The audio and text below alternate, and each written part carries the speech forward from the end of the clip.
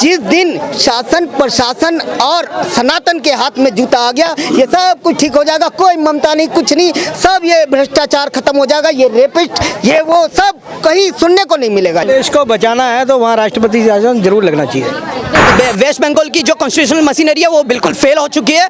Waste Bengal की जो ममता की सरकार है वो अभी वेस्ट बंगाल को चलाने के लिए समर्थ नहीं है, बिल्कुल भी असमर्थ है। तो मैं तो कहना चाहूँगा वेस्ट बंगाल में राष्ट्रपति शासन अनिवार्य है और बहुत जल्द वेस्ट बंगाल में राष्ट्रपति शासन आ जाना चाहिए वेस्ट बंगाल की जनता के भले के लिए। कोलकाता की बात होती है, वेस्ट बंगाल की बात होती है। जब डॉक्टर मौमिता इस देश की बेटी ने, इस देश की लक्ष्मी स्वरूप बेटी ने जब कोविड में इस देश को सराहना, कोविड में हम जैसे लोगों को बचाया, आज उस देश की बेटी के साथ एक कृत्य हो रहा है, उस देश की बेटी के साथ रेप हो रहा है, बलात्कार करके उसको मार दिया जाता है और उन दरिंदों को फांसी के फंदों तक पहुंचाना है। लेकिन कपिल सिब्बल जैसे कुछ वकील, 21 वकील खड़े किए हैं, बिल्कुल सरकारी तौर पे सुप्रीम कोर्ट से 21 वकील मिले हैं। आई एम ऑल्सो एडवोकेट, मैं भी क्रिमिनल लॉयर हूँ, लेकिन मेरे भी कुछ एथिक्स है, कुछ मॉरल ग्राउंड्स है कि रेपिस्टों को नहीं बचाना है, उनको सीधे फांसी के फंदों तक पहुंचाना है।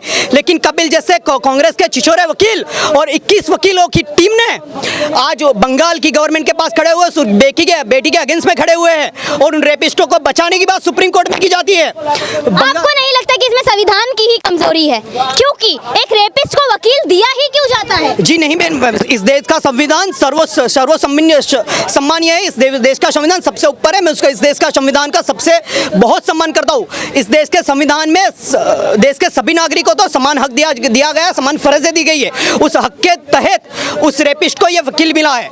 अगर इस देश, आपने कुछ देर पहले इस देश में, नहीं लगता कि देश के सबसे बड़े बड़े वकील, जब हम निर्भया केस की बात करें तो एपी सिंह खड़े हो जाते हैं, अब इस केस की बात करें तो कपिल सिब्बल खड़े हो गए, आखिर रेपिस्ट को इतने बड़े बड़े वकील सपोर्ट करते हैं? मैं पहली बात बताना चाहूंगा, अपने संविधान में जैसे मैंने पहले ही कहा, आर्टिकल 15 में और 21 में सभी को समान नागरिकता का हक दिया गया है, सभी को अपनी बात रखने का मौका दिया गया है। इस देश में तानाशाही बिल्कुल भी नहीं। अगर इस देश में तानाशाही होती तो आज वो रेपिस्ट दरिंदे कब के ऊपर पहुंच गए होते नरक में।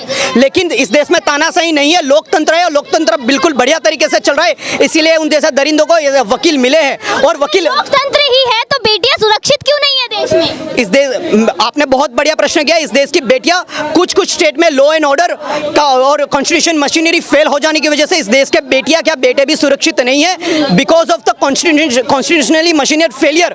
और मैं तो कहना जो जिस देश की, लगता है कि वेस्ट बंगाल में वो चीज है। बिल्कुल, वेस्ट बंगाल की जो कॉन्स्टिट्यूशनल मशीनरी है वो बिल्कुल फेल हो चुकी है।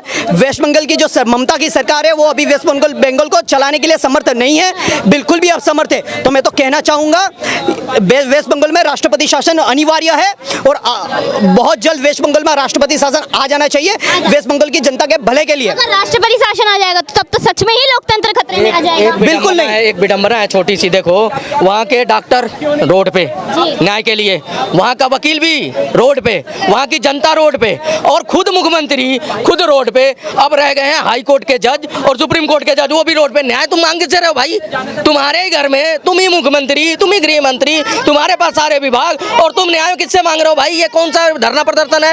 ये केजरीवाल ने प्रथा शुरू की थी, अपने ही जल मंत्री खुद अपने ही उसमें खिलाफ मंत्रालय के धरना पे बैठ जाते थे और वो हो रहा है। ये राजनीति चल रही है। अरे भैया तुम लोग वहाँ के करता धरता हो, तुम्हारे संरक्षण में वहाँ हमला हुआ है, वहाँ के जो एविडेंस है वो खत्म करे। रात को जो हमला हुआ वहाँ पे हॉस्पिटल तहस नहस किया गया, तुम्हारी सरकार थी, तुमने देखना था, तुम धरना किसके प्रति खड़े हो जाते हो? अच्छा, आप एक एडवोकेट है, मैं आपसे एक चीज पूछना चाहूंगी। जब दिल्ली में निर्भया कांड हुआ, इस केस को भी निर्भया से ही जोड़ा जा रहा है, निर्भया को इंसाफ मिलने में 9 साल लगे, तो क्या डॉक्टर ममिता को भी इंसाफ मिलने में 9-10 साल लगेंगे? बिल्कुल नहीं, क्योंकि इस केस में इस देश की सर्वोच्च न्यायालय, नामदार सर्वोच्च न्यायालय सुप्रीम कोर्ट ने सुओ मोटो के जरिए ये पूरा केस अपनी ही कोर्ट में, सुप्रीम कोर्ट में ले लिया। और मुझे पूरा विश्वास है इस देश के न्याय तंत्र पर, इस देश के लोकतंत्र पर, कि बंगाल की इस ममिता, डॉक्टर ममिता जी को, इस बंगाल की इस बेटिया को न्याय मिलेगा और कुछ ही वक्त में मिलेगा। इसके लिए 7-8 साल तक हमें समय नहीं बिताना पड़ेगा। अच्छा, यूपी सरकार की बड़ी तारीफ की जाती है कानून के मामले में, अगर ये केस यूपी में हुआ होता तो क्या होता?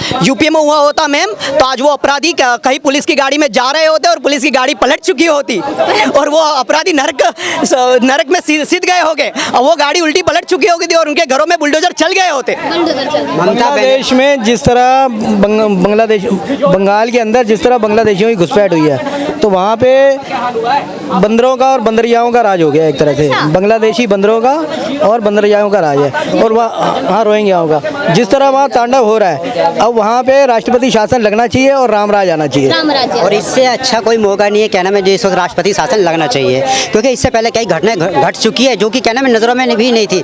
अच्छा, बंगाल की ये जो बंगाल की मुख्यमंत्री जो है सड़कों पे आई हुई है ना, किस चीज़ के लिए? इंसाफ के लिए। भाई बंगाल की मुख्यमंत्री कौन? ममता बनर्जी।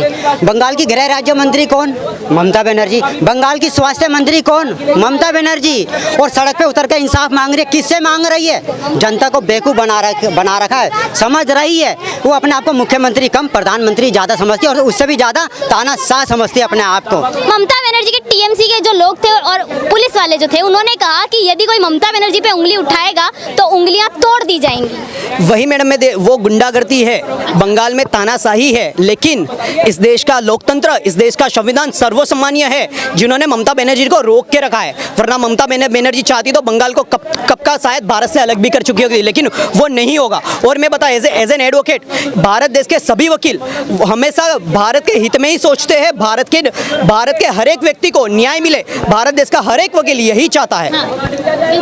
ये भारत के वकीलों की कहना चाहूँगा कि इसका ना सब ये जो चल रहा है, इसका एक उपाय है कि आपने देखा होगा कि भगवान राम को जब त्रेता युग में वनगमन हुआ था, तो भरत जी को जैसे ही उनके संज्ञान में आया कि भैया को ऐसे ऐसे वनगमन हो गया, वनवास हो गया, तो भरत जी एकदम दौड़े दौड़े वन को गए और उनसे भेंट हुई उनकी भगवान राम से।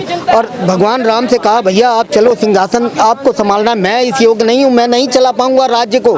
तो भगवान राम ने कहा कि नहीं, भगवान राम ने उन्हें बोला कि हमने पिताजी की आज्ञा का पालन करा है, 14 वर्ष का हमें वनवास हुआ है, हम 14 वर्ष आएंगे और आप भी हमारी आज्ञा का पालन करो और आप जाके सिंहासन पे बैठो और राजपाट अच्छे से चलाओ। तो वो उन्होंने कहा कि भैया आप अपने चरणों की ये चरण पादुका मेरे को दे दीजिए, है। तो वो लेकर के वो वापस चले गए और सिंहासन पर खुद विराजमान ना होने की जगह सिंहासन पे चरण पादुका रख दी। और मेरा ऐसा मानना है और सारे भारतवर्ष के बच्चों का ऐसा मानना होगा कि शायद त्रेता युग में उस समय वो जब जूता वहाँ रखा गया उस सिंहासन पे, और बहुत प्रफुल्लित रही होगी वहाँ की प्रजा और बहुत अच्छे से शासन प्रशासन चला होगा। तो अगर जिस दिन, मैं ये कहना चाह रहा हूँ, कहने का तात्पर्य ये है कि जिस दिन शासन प्रशासन और सनातन के हाथ में जूता आ गया, ये सब कुछ ठीक हो जाएगा। कोई ममता नहीं, कुछ नहीं, सब ये भ्रष्टाचार खत्म हो जाएगा। ये रेपिस्ट, ये वो सब कहीं सुनने को नहीं मिलेगा ये कुछ। जी देश को बचाना है तो वहाँ राष्ट्रपति शासन जरूर लगना चाहिए।